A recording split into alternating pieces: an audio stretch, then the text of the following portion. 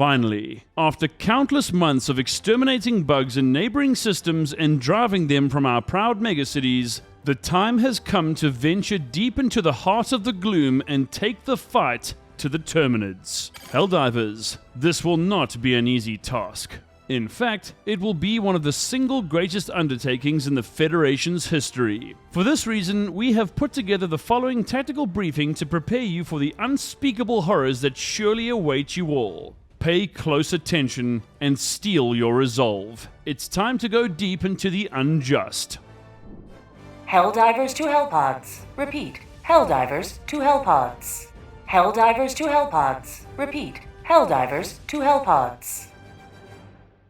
As long-distance scans and analyses from deep within the Gloom indicate, many planets located in the heart of the bug's territory are infested and transformed beyond recognition. For reference, what happened to Meridia was, comparatively, a mere foretaste of the effects a prolonged bug infestation can have on a planet. Terminid hive worlds are the lifeblood of the bug's offensive capabilities and are indeed the source of the interstellar spore cloud known as the Gloom. As long as these putrescent planets are allowed to exist, the Gloom will remain a permanent fixture in the galactic war and may even spread further if we do not take decisive action now. So far, we know precious little about what awaits us on these hive worlds. That said, the bugs are subterranean creatures and only emerge from their dark tunnels to spread fear and tyranny to other worlds. It is therefore necessary for us to infiltrate these vast subterranean networks, attack the monstrosities that inhabit them, and find a way to render these ant farms from hell null and void. Of course, simply destroying these planets is irresponsible and not the most economically viable option available to us. As we're sure you've guessed, they are bountiful sources of E710, an invaluable component in our war on tyranny and a substance that ensures peace and prosperity can reign across the Federation. Thus, in the early stages of our expeditions into the Gloom, you will embark upon two primary mission types. Allow us to elaborate.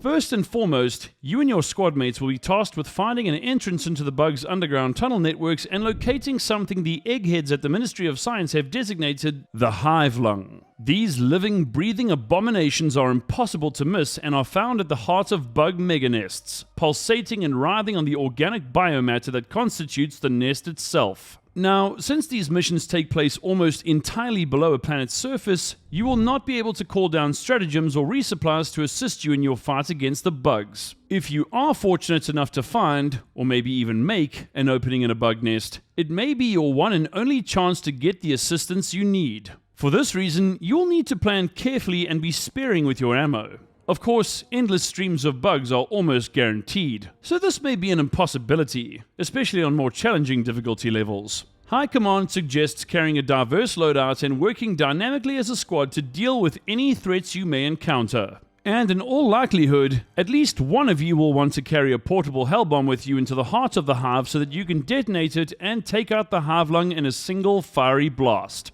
Naturally, being able to reach this zone will mean clearing the area of some very nasty nids, so you'll have your work cut out for you.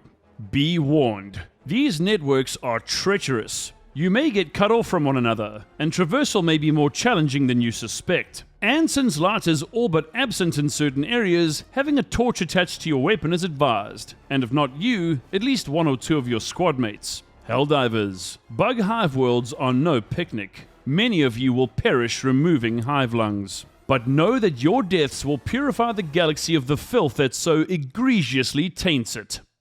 Then the more lucrative mission type you'll need to embark upon is to escort a mobile oil rig so that it can extract E710 from a given site or sites. From what we understand, one squad member will drive the oil rig to its location while everyone else in the squad will protect it from harm. The mobile oil rig, tentatively designated the MOR, isn't like the FRV.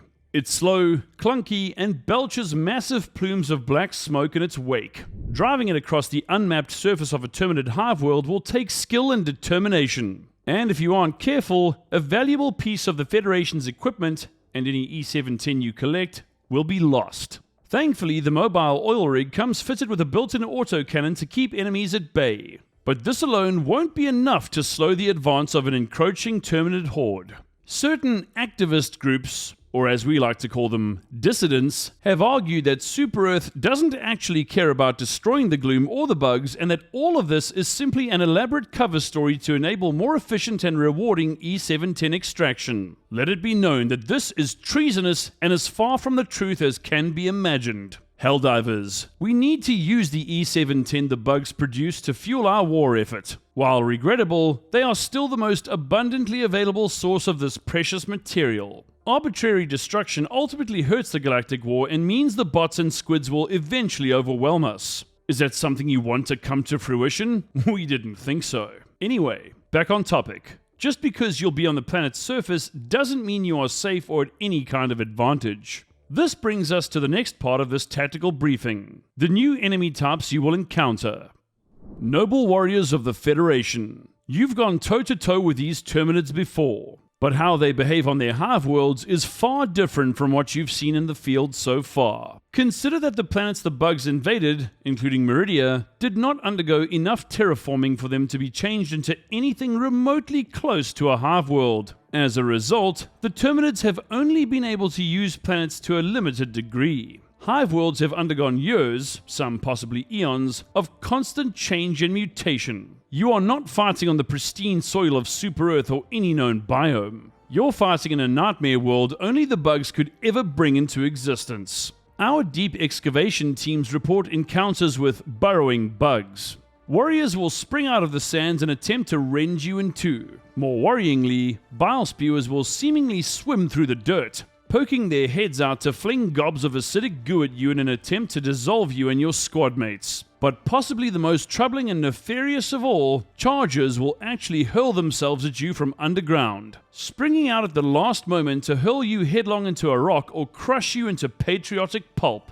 If you thought stalkers were the only bugs that could hide, think again. It's clear that Terminids on Hive worlds are seemingly all masters of traversal. Keep your wits about you and watch the sands for bug sign. Tread lightly, Helldivers. Perhaps learning to sandwalk will be the only way to ensure your survival. Helldivers, if you believe Bile Titans are the biggest monsters you've ever seen, we're sad to inform you that you're wrong. The Terminids on Hive worlds aren't just huge. They've mutated into their final grotesque forms. And none are arguably as repulsive and terrifying to see as the so-called Dragon Roach. To cut a long story short, Dragon Roaches are flying Bile Titans.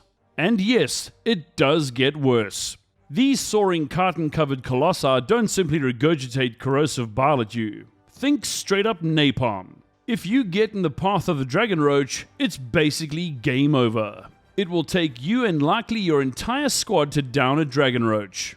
And even if you do somehow manage to bring one down, there's no guarantee that it'll be dead.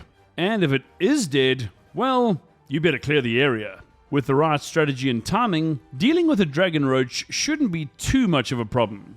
I mean, we'd asked the divers that encountered them in early expeditions, but they're all dead. Ooh. There's no way we're going to send our Hell Jumpers and the recently recruited ODSTs, aka the Hell Jumpers, into the Gloom without some fresh new munitions. To aid you in this mammoth task, the Halo ODST Legendary Warbond, which dropped on August 26th, is available in the Acquisition Center for 1,500 super credits. This is essential for Hell Jumpers who want to show off their skills and fight the enemies of the Federation the only way they know how, with honor, valor, and conviction. Then arriving on September 4th is the Dust Devils Premium Warbond, which will be available for 1,000 super credits. We can tell you that it has been expressly designed to ensure the survival of Helldivers even in the most extreme of environments. The MS-11 Solo Silo is an especially promising addition to our arsenal as it allows Helldivers to paint a target and launch a mini nuke at it, even if it's far off in the distance. Let's just hope your squad mates aren't standing in the blast radius. Helldivers, Operation Into the Unjust commences on Tuesday, September 2nd. In other words, following the conclusion of the current major order, expeditions into the Gloom will begin in earnest. All Helldivers and Helljumpers must report for duty and be ready to do their part to put an end to this menacing spore cloud, once and for all. Whatever we've experienced so far is just the very tip of the tyrannical iceberg. And yes, we will still need to deal with the bots and the squids, but we'll brief you on our plans for these cretins in the not too distant future. Helldivers, This concludes this tactical briefing. What we know for certain is that there is precious little we do know. We suggest you subscribe to Super Earth Salute, join our Discord, and become a member so that we can continue to keep you informed and ready for the challenges to come. That's all for now, troops. Until next time, brave warriors, for Super Earth and democracy.